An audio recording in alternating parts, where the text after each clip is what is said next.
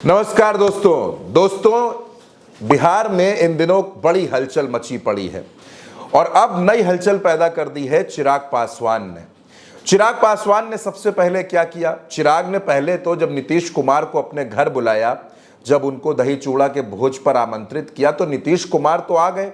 नीतीश कुमार तो चिराग पासवान के कार्यालय पर पहुंच गए, लेकिन चिराग बाबू गायब हो गए। अब नीतीश कुमार को ये अपनी भयंकर बेइज्जती लगी। नीतीश कुमार को लगा कि इस तरीके से मेरा अपमान किया जा रहा है, अब बड़ी मुश्किल हो रही है। लेकिन दोस्तों अभी ज्यादा वक्त नहीं बीता था, चिराग पासवान ने एक और झटका दे दिया। दोस्तों बिहार में एक जिला है सीवान, और सीवान में आप जानते हैं सबसे चर्चित नाम शहाबुद्दीन का है। शहाबुद्दीन के सबसे बड़े दुश्मन, या अब यूं आप कह लीजिए कि अगर शहाबुद्दीन के परिवार का कोई दुश्मन है तो उस शख्स को चिराग पासवान ने गले से लगा लिया है। सीवान में रईस खान और अयूब खान, इनको खान ब्रदर्स कहा जाता है। शहाबुद्दीन की मौत के बाद से ये दोनों ब्रदर्स, ये दोनों भाई सीवान में अपना सिक्का जमाने की कोशिश कर रहे हैं। अब अयूब खान तो दोस्तों जेल में है, लेकिन रईस खान बाहर हैं, और अब माफियागिरी के बाद रईस खान को नेता बनने का शौक है। रईस खान चाहते थे कि नीतीश कुमार उनको अपनी पार्टी में ले लें, लेकिन नीतीश कुमार ने उनको अपनी पार्टी में तो नहीं लिया, किनारे कर दिया। लेकिन अब झटका दे दिया है चिराग पासवान ने।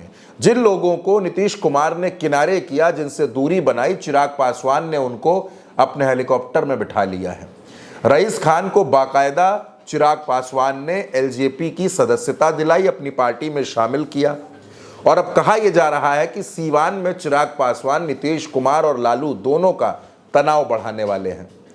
दोस्तों हर कोई जानता है कि बिहार की सियासत में लालू प्रसाद यादव के बड़े करीबी रहे शहाबुद्दीन।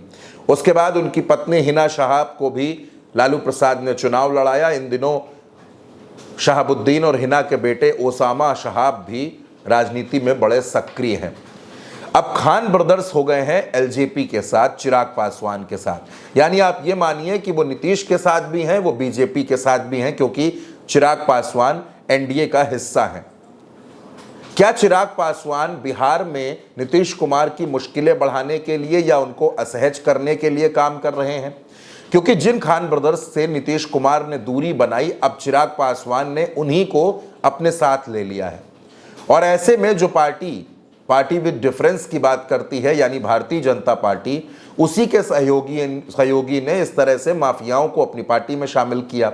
तो ऐसे में सवाल तो उठेंगे कि क्या भारतीय जनता पार्टी की नीतियां, नीतीश कुमार का सुशासन, ये सब बड़ी खोखली बातें हैं? चिराग पासवान खुलेआम रईस खान को अपनी पार्टी में शामिल कर रहे हैं, नीतीश कुमार को झटका दे रहे हैं, नीतीश कुमार का अपमान कर रहे हैं, और भारतीय जनता पार्टी खामोश है। बीजेपी को क्या इस बात से फर्क नहीं पड़ता कि चिराग पासवान की वजह से नीतीश कुमार अगर नाराज हुए तो वो भारतीय जनता पार्टी का साथ छोड़ सकते हैं? लेकिन इन दिनों दरअसल है क्या कि भारतीय जनता पार्टी की भी अंदर अंदर कोशिश यही है कि नीतीश कुमार कमजोर हो जाए, नीतीश कुमार की पार्टी बिखर जाए, नीतीश कुमार के नेता उनका साथ छोड़ दे, ताकि नीतीश कुमार जो दबाव बनाते हैं मुख्यमंत्री पद पर बने रहने का, वो दबाव नीतीश कुमार ना बना पाए। दोस्तों बिहार में एक तरफ जीतन राम मांझी हैं जो खुलेआम ये कहते हैं, मंच से ये कहते हैं कि 20 सीटों से कम मिलेगी तो हमको सोचना पड़ेगा, हम 20 सीटों से कम पर बिहार में चुनाव नहीं लड़ेंगे। भारतीय जनता पार्टी उनके स्टेटमेंट पर कहती है कि देखिए सीट शेयरिंग हो चुकी है, अब जिसको जहां जाना है वहां जाए, किसी के बयान का कोई मतलब नहीं है। बिहार में दोस्तों आपको एक तस्वीर दिखाने की कोशिश हो रही है कि एनडीए में सब कुछ ठीक चल रहा है, लेकिन हकीकत यह है कि एनडीए पूरी तरीके से बिखरता जा रहा है। भले ही बिहार में चुनाव दोस्तों नवंबर के महीने के आसपास होंगे, लेकिन इसी जनवरी के महीने से बिहार में कुछ ऐसी चीजें शुरू हो गई हैं जो बड़ा बेचैन कर रही हैं भारतीय जनता पार्टी को। एक तरफ लालू प्रसाद और राहुल गांधी का गठबंधन है, और उसमें पशुपति पारस की भी एंट्री हो सकती है। उधर नीतीश कुमार को झटके पर झटके लग रहे हैं। नीतीश कुमार की दरअसल बीजेपी के साथ बातचीत बन नहीं पा रही है। नीतीश कुमार अपनी मांग पर अड़े हैं, अपनी सीटों पर अड़े हैं कि 122 से कम पर हम तैयार नहीं होंगे। भारतीय जनता पार्टी 100 से कम पर नहीं मानेगी। जीतन राम मांझी 20 सीटें मांग रहे हैं। तो ऐसे में चिराग और उपेंद्र कुशवाहा का क्या होगा, और क्या होगा मुकेश सहनी का, जिन पर भारतीय जनता पार्टी इन दिनों डोरे डाल रही है?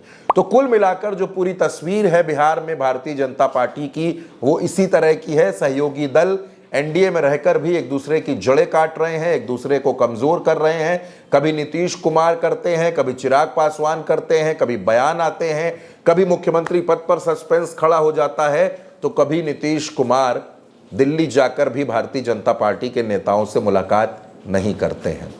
यानी एनडीए में सब कुछ ठीक नहीं है, बस सब कुछ ठीक दिखाने की कोशिश है। लेकिन चिराग पासवान जिस तरह से बार बार नीतीश कुमार को कभी अपमानित कर रहे हैं, कभी साइडलाइन कर रहे हैं, तो कभी उनके गढ़ को कमजोर करने की कोशिश कर रहे हैं, ये नीतीश कुमार और चिराग पासवान के रिश्तों के लिए कहीं से भी ठीक नहीं हो सकता। अब भारतीय जनता पार्टी की दोस्तों मजबूरी यह है कि पशुपति पारस उसका साथ छोड़कर जा चुके हैं और बीजेपी अब चिराग को खोना नहीं चाहती है। ऐसे में क्या नीतीश कुमार एनडीए से अलग हो जाएंगे, किनारे हो जाएंगे? ये सवाल भी बेहद अहम है दोस्तों। फिलहाल इस खबर में मेरे साथ इतना ही। आप अपनी राय हमें कमेंट बॉक्स में जरूर बताइएगा। उल्टा चश्मा यूसी को सब्सक्राइब करना बिल्कुल मत भूलिएगा।